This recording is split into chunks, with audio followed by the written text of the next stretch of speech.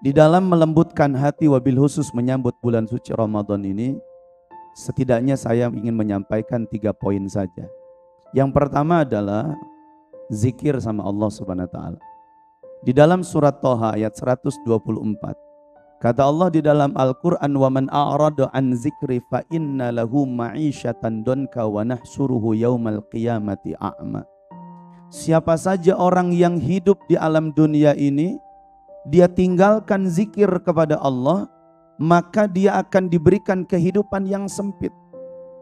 Jadi hidupnya sempit, galau terus, nggak punya pegangan, resah, gelisah, tepararugu, serba salah, mau maju takut, mau bergerak susah, akhirnya galau hidupnya.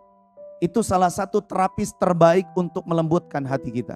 Maka alhamdulillah saya, Ahilman, Abah Muhajir, di berbagai majelis taklim khususnya di kota Bogor, selalu kita sisipkan zikir, selalu kita sisipkan sholawat, selalu kita sisipkan materi-materi yang berkaitan dengan hal-hal mengingat kepada Allah Subhanahu wa taala.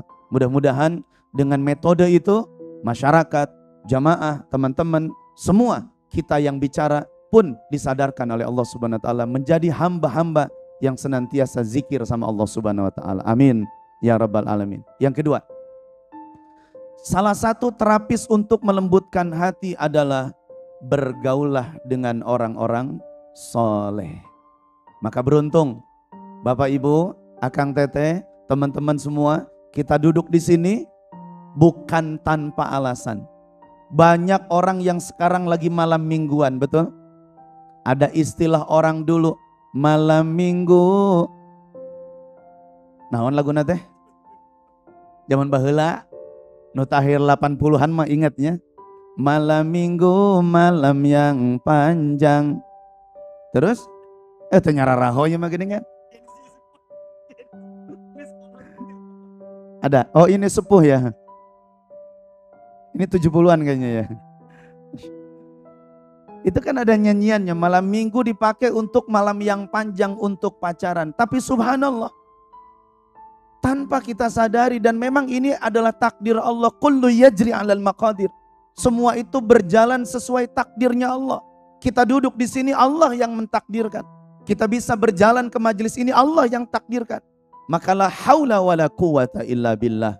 Beruntung malam ini, di malam minggu, di samping banyak orang yang sedang kongkow, nongkrong, dan berbagai macam aktivitas dilakukan, kita duduk di masjid ini beriktikaf, mendengarkan ilmu, mendengarkan tausiah, berzikir, memandang orang soleh, memandang ulama, memandang guru ngaji, berkumpul dengan orang-orang yang baik.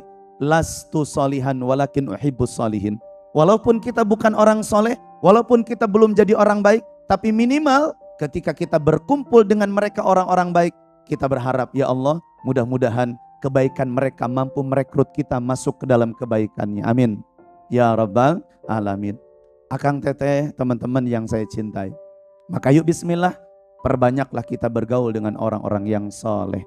Mudah-mudahan dengan kita berkumpul di majelis taklim, kita berjumpa, bergaul, bertemu dengan orang-orang yang soleh. Maka ada satu doa yang ingin saya sampaikan buat teman-teman, supaya kita selalu dipertemukan dengan orang yang baik. Ikutin doanya. Rabbighfirli warhamni wa alhiqni birrafiqil a'la. Rabbighfirli warhamni wa alhiqni birrafiqil a'la. Rabbighfirli warhamni wa alhiqni birrafiqil a'la. Rabbighfirli, ya Allah ampuni aku, warhamni, kasihani aku, wa alhiqni, pertemukan aku, birrafiqil a'la, dengan orang-orang yang punya tingkatan tinggi. Yang terakhir, cara melembutkan hati wabil khusus menyambut bulan suci Ramadan, perbanyak meresapi nasihat-nasihat ahli hikmah. Sekali lagi, perbanyak meresapi nasihat-nasihat ahli hikmah. Maka orang yang punya hikmah dengan punya ilmu itu berbeda. Maka Allah katakan dalam Al-Quran, fas'alu ahlaz zikri in kuntum la ta'lamun. Allah gak sampaikan fas'alu ahlal ilmi, tanyalah kepada ahli ilmu, enggak. Allah katakan fas'alu ahlaz zikri, tanyalah sama orang yang ahli zikir, ahli hikmah. Kenapa? Karena mereka lebih mengorientasikan jawabannya itu akan bersumber dari hati dan dalil. Tetapi ketika kita bertanya kepada orang yang berilmu, dia akan berdestinasi dan menjawab semua jawabannya itu bersumber dari intelektualitas kita. Maka kita sebagai umat Islam, Akang Teteh, teman-teman semua, takdimun nakli alal akli. Kedepankan dalil yang bersumber dari Al-Quran, hadis, ijma' dan qiyas daripada sumber akal kita. Karena akal kita terbatas. Jadi Ustadz, mual mungkin saya menang jodoh, itu menurut kita. Tapi kan Ustadz, mual mungkin manehna anak hiji-hijina pasti anak siwatawayang, mual mungkin berjeng benghar, itu kata kita. Menurut Allah? Menurut Allah?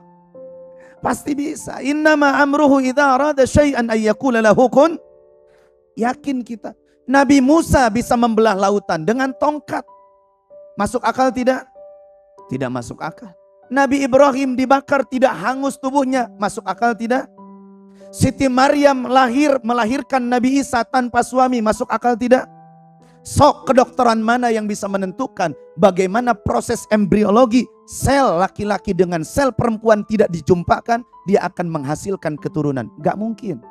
Itu menurut medis dan akal. Tapi menurut Allah, kun fayakun, Allah wujudkan. Apa sih yang sulit buat Allah? Maka jodoh itu sebetulnya sangat dekat saat kita mendekati Allah Subhanahu wa ta'ala.